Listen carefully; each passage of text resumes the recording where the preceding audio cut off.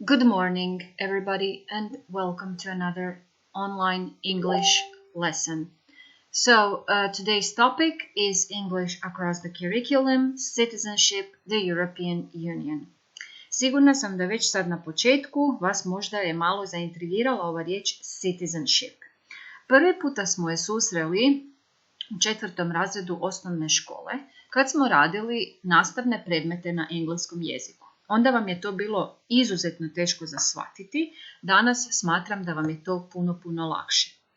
Znači ne možemo govoriti da nema napretka u školskom sustavu. Što je citizenship? Citizenship je zapravo građanski odgoj. Danas je itekako važno znati i osvijestiti što je to građanski odgoj. Trenutna situacija također nas puno uči. Kao građani Republike Hrvatske, kao građani cijelog svijeta zapravo, dužni smo u ovim teškim vremenima raditi najbolje da ne naudimo jedni drugima i da budemo odgovorni najprije prema samima sebi, prema svojim obiteljima, a na kraju i svim članovima zajednice u kojoj živimo. Dakle, danas ćemo malo o Citizenship the European Union, čiji smo član od 2013. godine. 1. srpanj je bio taj dan ulaska Hrvatske u the European Union. Okay, so what do you know about the European Union? Just answer the question, record it, and send it to your teacher. Now, we will read and listen to the text. Put these in the correct order. The Euro, the European flag, 9 members, the Treaty of Rome, the Second World War, the European Coal and Steel Community, 27 members, the First World War, and the Maastricht Treaty. So let's read and listen to the text.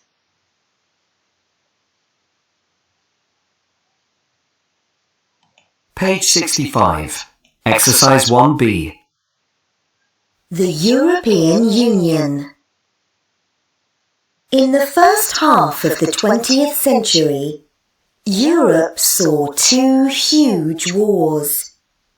The First World War, 1914 to 1918, and the Second World War, 1939 to 1945. The fighting killed millions of people. People didn't want another war. They wanted to live, work, travel, and buy and sell products in peace. So some European politicians looked for ways to work together. They started with the coal and steel industries. In 1951, 6 countries, Belgium, France, Germany, Italy, Luxembourg, and the Netherlands, formed the European Coal and Steel Community, ECSC. The ECSC was only a small step, but it was successful. So the 6 countries decided to go further. In 1957, they signed the Treaty of Rome, and the European Economic Community, EEC, was started.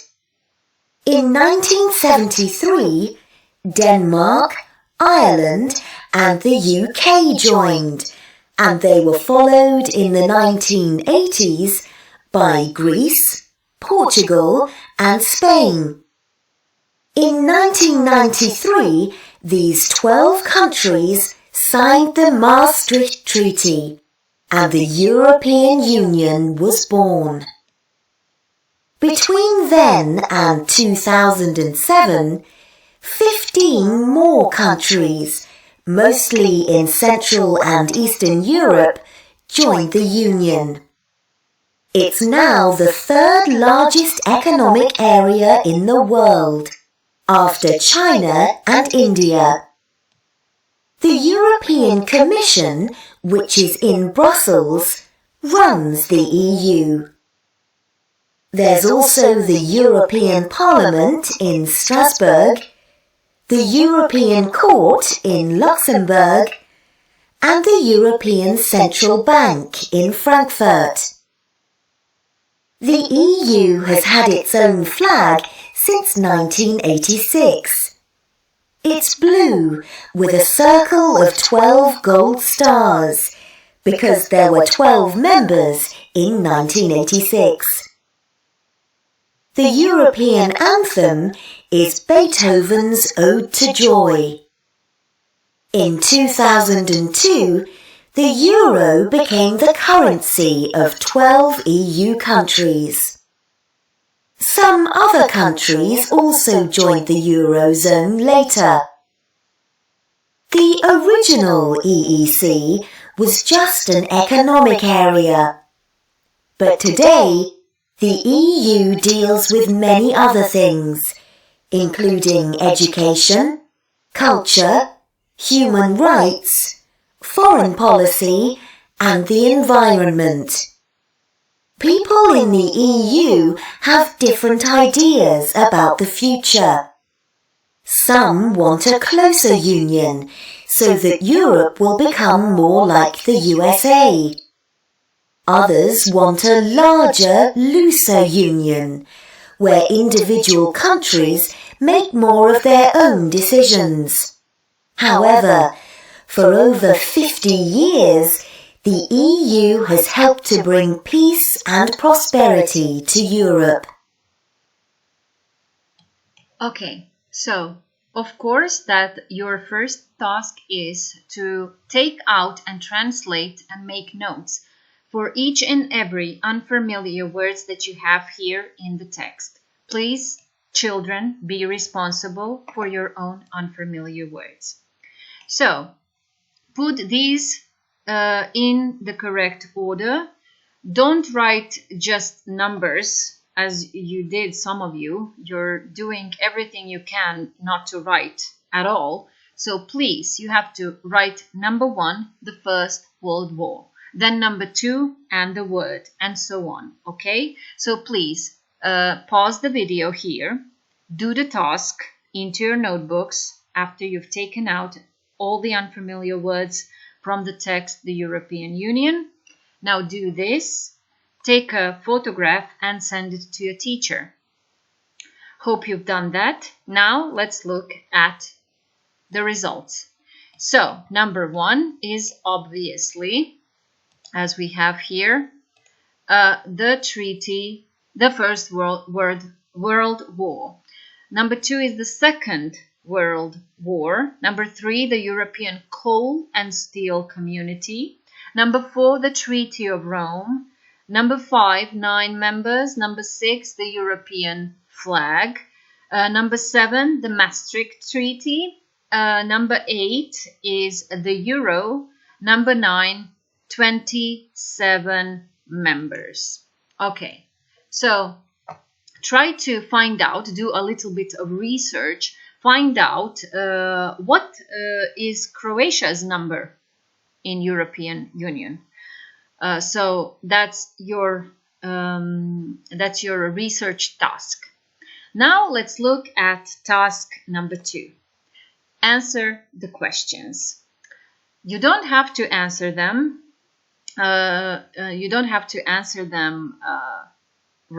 By writing them into your notebooks. Please read them and send your voice recording. So this is an oral task. Send the answers as a voice recording to your teacher. Hopefully you've managed to use the little recording icon that you have in Microsoft Teams. It works best with mobile phones. So I've helped some of you. If you need help, any of you, please let me know. I will gladly send you the instructions on how to use this little recording icon with Microsoft Teams application on mobile phones. It's really, really easy. It works every time. and I think you can all master the task. Okay, so what do people in Croatia think about the EU? You can also record this question. What do you think? So, not people. We are in social isolation at the moment. So what do you think about the EU? Okay, tell me. You probably know that the UK has left the European Union. It was a big event. Nobody knows what the consequences will be, because at the moment we are all fighting a war against COVID-19 disease. So after that, there probably will be consequences. Jednako tako kao što su posljedice, znači, nepridržavanja socijalne izolacije i distance i svega čega se danas moramo svi pridržavati, postoje posljedice za nepridržavanje uputa koje nam daje civilna zaštita, Stožer civilne zaštite Republike Hrvatske. Isto tako, djeco, i za vas postoji posljedica nepridržavanja pravila koje vam je dalo ministarstvo i koje vam dajemo mi učitelji. Stoga vas molim, dajte ozbiljno shvatite, nemojte si gomilati zadaće, nemojte čekati. Vjerujem da ste u pojedinim stvarima preopterećeni, zaista vjerujem u to, ali ja se trudim da vam engleski jezik ne predstavlja veliki problem, stoga ovih nekoliko minuta koliko ja radim za vas video, priprema traje, vjerujte, mnogo duže, molim vas da isto onda toliko minuta posvetite engleskom jeziku 3 puta tjedno. To sam vam i napisala u poruci u virtualnim učionicama. Napisat ću još jedanput da vas podsjetim, jer pojedine učenike potrebno je podsjećati i privatnim porukama, a i nemojte zaboraviti da je uputa nama učiteljima iz Ministarstva znanosti i obrazovanja da prijavljujemo sve neradnike, sve učenike koji pronalaze XY izgovora da ne rade zadatke.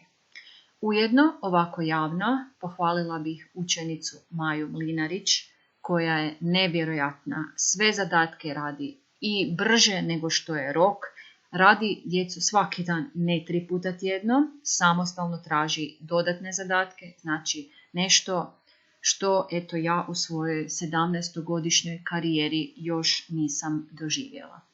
Ok, children, until next time, goodbye. I da, još samo jedna napomena.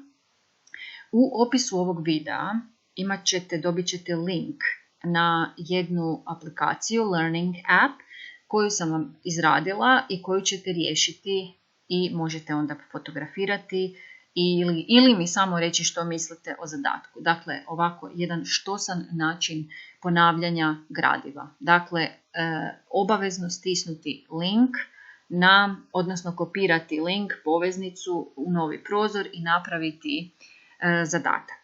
Ok, until next time, goodbye children.